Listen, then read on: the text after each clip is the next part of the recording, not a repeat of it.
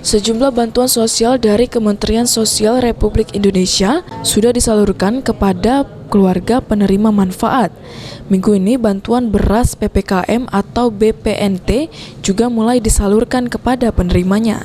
Kepala Dinas Sosial Kabupaten Oku Syaiful Kamal mengungkapkan, dari penyaluran bantuan tersebut, pihaknya terus melakukan evaluasi terhadap penerima, agar pada pembagian bansos dari dana APBD Oku ke depannya tidak terjadi tumpang tindih.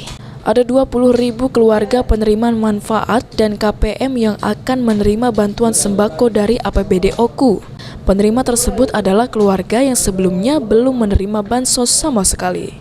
Di Kementerian Sosial, data penerima bantuan terus diupdate bersama dengan data dari Kementerian Dalam Negeri, sehingga penerima manfaat akan terus berubah sesuai dengan data yang dimiliki.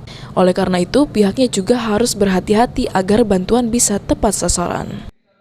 Di Kabupaten Oku ada bansos APBD dalam bentuk sembako, itu kita kerjasama dengan Bulog.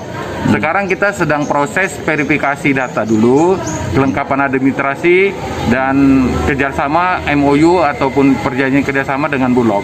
Melengkapi administrasi, rencananya 20.000 KPM akan kita salurkan sembako. Jadi masing-masing ini tidak tumpang tindih dia nantinya. Ya, dari kementerian itu punya kebijakan sesuai dengan cleansing data mereka. Jadi data ini harus sesuai dengan data Dukcapil yang ada di Kementerian Dalam Negeri, ya kan.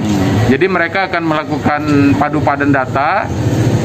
Data harus padu padan dengan data yang ada di Kementerian Dalam Negeri, dalam hal ini berkaitan dengan data NIK maupun KK maupun KTP-nya. Saya rasa begitu. Hingga saat ini bantuan yang dianggarkan melalui APBD Kabupaten Oku belum disalurkan karena Dinsos masih mengevaluasi data dan menjalin kerjasama dengan pihak Bulog sebagai penyedia barang. Ari Pranika, PAL TV.